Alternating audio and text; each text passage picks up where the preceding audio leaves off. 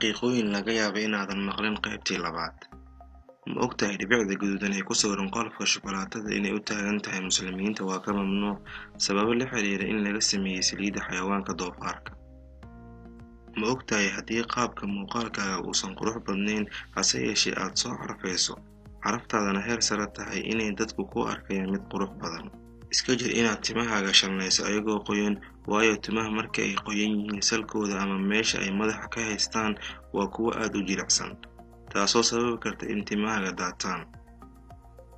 Urka badanaa aan gacmaha ka suulin sida urka basasha, toonta iyo kalluunka ayaan maanta waxaan kaaga wadaa hab fudud oo aad ku suulin karto urkaas, kaasoo ah inaad gacmahaaga ku dhaqdo macjuunka ilkaha lagu sifeeyo, wuxuuna awoodaa inuu shiir kasta burburiyo.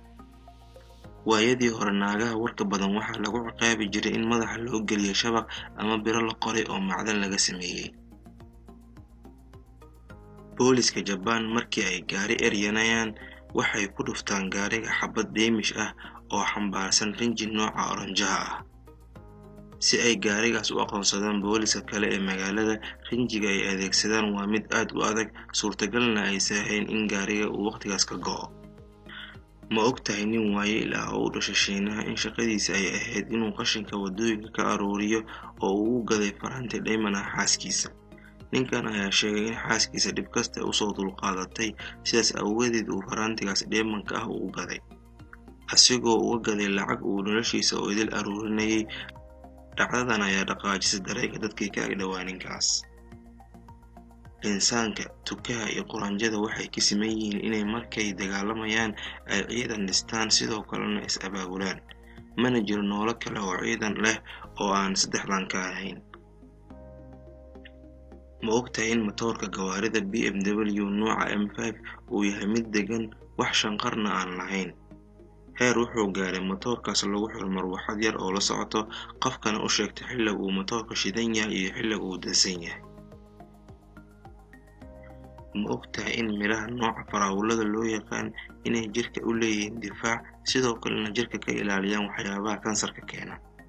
Ma ogtahay in miraha geedka ruumaanka loo yaqaan ay waxtar badan leeyihiin, waxaana ka mid ah inay cusboonaysiiyaan unugyada maqaarka si ay ula dagaalamaan qabowga. Sidoo kale waxay jirka ka ilaaliyaan cudurrada sida kansarka iyo sonkorta. Ha noqon qof kale barka hore noloshiisa ku qaata isagoo u ooman qaybta dambe siduu ku gaari lahaa, misna hadhow qaybta dambe markuu gaaro noqdo mid u soo shallaaya qaybtii hore. Baaritaano la sameeyay waxaa lagu ogaaday in 65% aabbayaasha ay u nugul yihiin inay asiibto jug weyn kadib markii ay bartaan shakhsiyadda ilmahooda sidii ay u malaynayeen ay noqon waayaan. Miraha tufaaxa waxay jirka insaanka siiyaan nashaad iyo firfircooni oo qofku ugu baahan yahay, ayagoo ka xooggan shaaha iyo kafeega. Sidaas awgeed, haddaad caajis iyo daal dareento, isticmaal tufaaxa.